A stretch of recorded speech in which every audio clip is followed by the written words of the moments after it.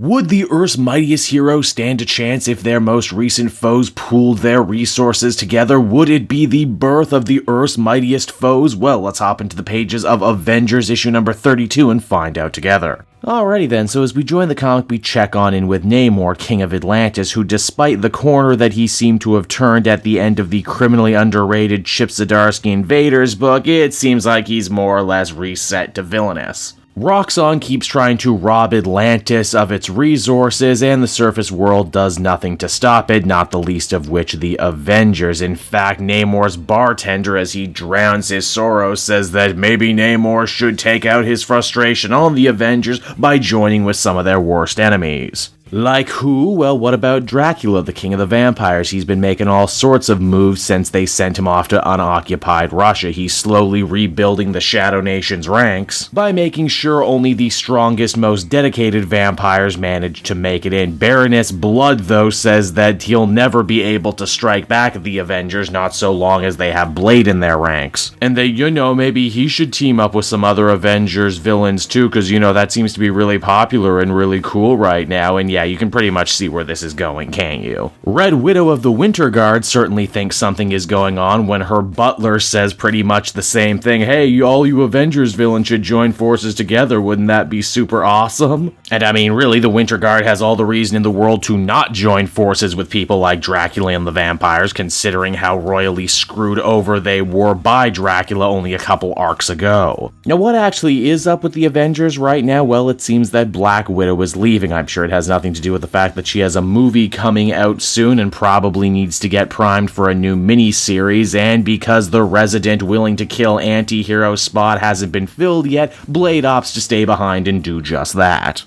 It's also in this issue, too, a newly returned from the past Tony Stark gets up to speed on everything that's going down with the Star Brand baby and how the Avengers have basically now become godparents. Thor especially seems to like this arrangement because it means he's basically a double god now, and who doesn't want to be a double god? Tony worries about what kind of influence he'll have on a growing child, especially when we stop and consider that he's dealing with a lot of father issues, both in his main series and here in Avengers. Alright, so we got the Winter Guard, the Atlanteans, the vampires. What Avengers villains are we missing? Oh, well, the Squadron Supreme of America, of course, and their handler, the newly resurrected Coulson. These two teams have been on a collision course for a long time now, and let us not forget that the only reason Coulson is walking the earth right now is that his soul was literally saved from hell by Mephisto. Furthermore, in case you're incredibly dense or have never read a story like this before, all of those different people trying to get the Avengers villains to join forces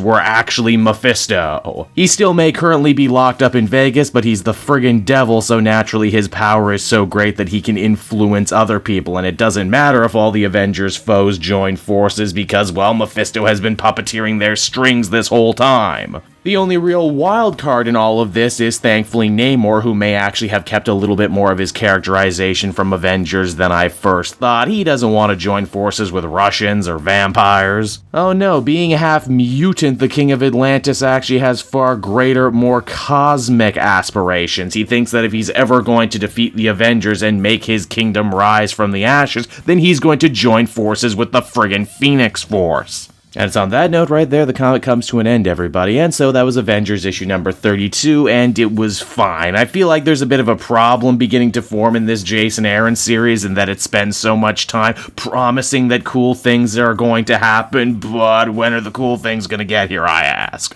I can definitely appreciate that Mephisto is the big overarching enemy for the Avengers, both in the past and in the present, but I don't know if I needed a whole story to spell that out for me. I'm a smart reader, I put that together. Overall, I'd give this one a 7 out of 10. Perfectly adequate, but not really anything I would say too special.